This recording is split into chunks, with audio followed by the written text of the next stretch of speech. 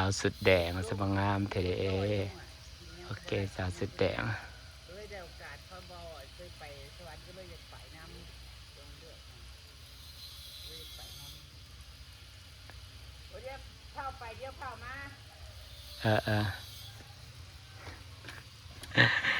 มาจำได้นางมีทางไปยามนั่นวักขวางถามแต่เมื่อวานเนี่ยมึงสิไปใส่อยู่บ่มาจำได้จะมีทางไปยามนั่นนี่ฮะอันนี้สบายดีเนาะเฮ้ยมันบ่อ่อนเบยขังเทิงก็คือบ่ใส่ไม้ใหญ่โลดซื้อไม้สังไพ่ข้าเจ้าน่ะมานะมึงมีบ่อนซื้อบ่กูอยากไปหาซื้อไม้สังไพ่อยู่ที่ดึงตะนางใส่กับเสาทั้งล่างอยู่ซื้อตะนางมาเด้แล้วมันสิแข็งแห้งบ่ล่ะพอดีงามความสูงนะพอดีงามอุโมงค์นั่งงามสิไปเฮ็ดหยังใส่สุดนี่ดูดีได้สูงฟันของกินเขาบ่ได้ได้มือเราหุ่นนางดีผ้าใส่สุดดีดูดีนะคะสวยนะคะว่าสีผ้ากันเป็นวงบุญไฟบริไปพี่น้องไปแต่เขาบริษัทเบาอ่อยเอามันก็ไปน้ำเขาซะโอ้ยหมู่ก็บ่มีบ้านว่าสิไปแล้วเพราะว่าบ่ไปกระบดแซดไปเลยกูบ่ปวดกูสู้ๆอย่าบุญนะพวกช่างก็ชวนบอกเตรียมพลายเด้อเขาบ่ได้ไปซ้ำพี่น้องตอนแรกเราว่ากันว่าสิไปบุญเป็นบ้านไอ้สร้างอันนี้ว่าสิไปแล้วมันบ่ปวดจนเป็นอะไรไปก็สิม่วนอยู่บ่ค่าน้ำมันลงค่าน้ำรถดิโอ้ยก็เลยบ่ไปดีกว่าไปมื้อกินเป็ดบ่โอเคป้าบังสับบังงามแท้แล้วก็งามนะเฮ้ยเป็นรูปเป็นร่างแล้วก็งามสิเทพื้นแล้วปานนี้นะเทพื้นแล้วก็พอบ่แล้วก็ผักไว้ก่อนพอแล้วข้าวแล้วน้ำโอ้ซ้ำนี่ก็ซ้ำแล้วแหละพี่น้องเอ้ยแล้วข้าวแล้วน้ำก็แค่มาใส่ประตูแล้วก็ตีเพดาน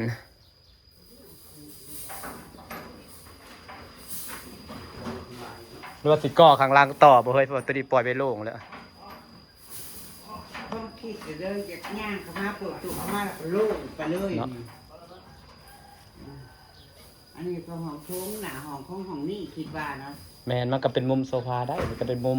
อีกมุมหนึ่งมุมงามอีกมุมหนึ่งไปเลยที่เฮ็ดง่ายว่าอยู่เพียงนี่ขั้นกวดบ่เฮ้ยกับคนมีเงินก็ก่ออีกห้องหนึ่งก็พอดีได้ก็ว่าความกว้าง4 เมตรแล้วกัน1 2 3นี่แหละยาวบาง4เลยเนาะห้อง1พ่อนะจะไปหาคนแล้วหามันสิบ่กว้างโพดบ่หานี่แล้วเลยกะเห็นรถแล้วเป็นยังมึงเพจเงินแล้วมึงอยู่ในที่เงินถามก่อนตอนนี้กูมีเงินใส่บ่มึงส่งไปสวรรค์นะไปยังก็จะบ่ไปแต่กูบ่มีเงินไปนอกจากอยากได้นั่นอยากได้นี่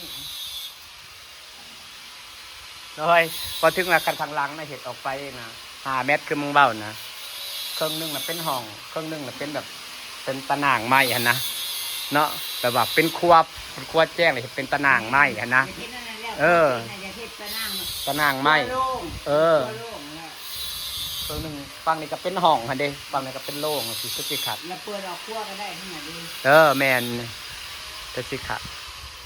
พอสิปูพื้นแล้วก็น้องไข่ดอกเป็นดินทรายมันแจกมาแบบนางว่าสิไปอุดแขวป้าของนอนนี่ใหญ่เองนะเป็นแล้วนะใหญ่เสร็จแล้วก็เริ่มสวยแล้วจ้าปานสตอญี่ปุ่นผมไปอยู่เป็นนั่งเข่าก้อนก็ได้เขาจะไปหาสีมันสีอยู่สีเขาวาดเมื่อวานนี่ไปวัดเมื่อวานบ่ไปหาอีเถาอะไรสิมาจากโมซะไปอุดแล้วเราก็มา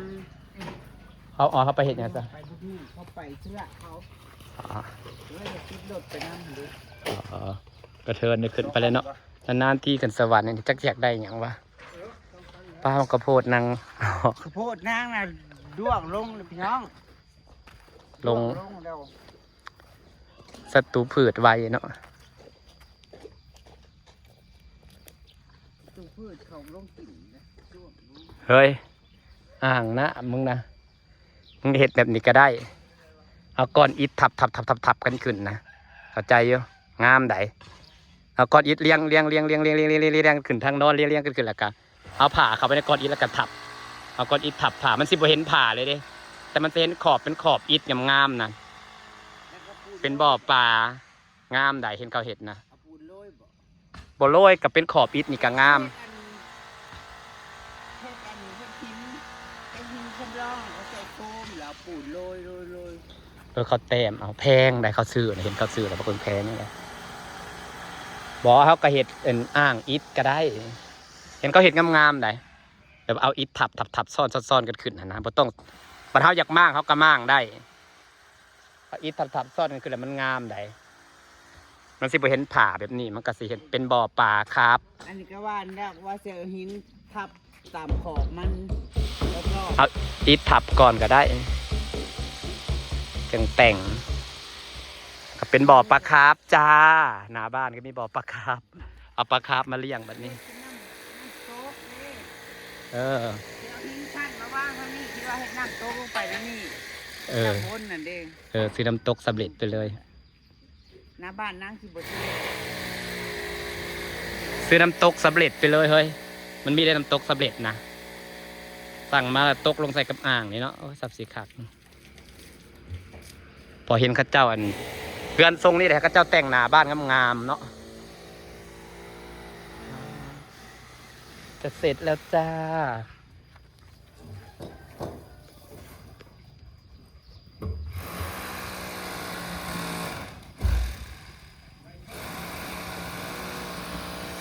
อันนั้นมันเป็นข้าวถาปะ เชื่อว่าจะขึ้นติ่นนั่นนี่ ใส่งามเลยก็เป็นบ่อป่าใส่เบอร์ไม้โดยบ่อป่างามเลยเฮ้ยนี่นางจะทำเป็นบ่อปลานะคะแล้วนางก็จะปลูกหญ้าหญ้าก็บ่ได้แพงดอกเอ้ยมันแพงน้ำขาส่งเลยซื้อเคี้ยวเลยได้หญ้ากูจะติดแล้วเคี้ยวไปเลยติดแล้วจะหน่อยก็เคี้ยวคนนี้นะ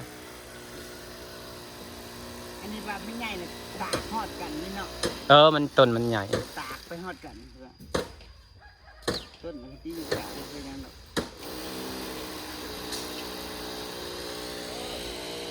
มันเป็นเขาถ่าเลยบ่เขาจะมาหับบ่ตัวขี่รถไปจอดจะพุ่นจะได้ไม้ดอกมาปลูกกำลังคิดอยู่เฮ้ยดอกกล้วยยังปลูกกล้วยน้ำว้าบ่ บ่ตะกี้มันกล้วยอยู่นี่นะมันแทงยอด เฮ้ยงามเนาะ ตะกี้ยายรวยมาปลูกกล้วยแล้วเขาไทยทมแล้วมันเกิดขึ้นมาเองบัด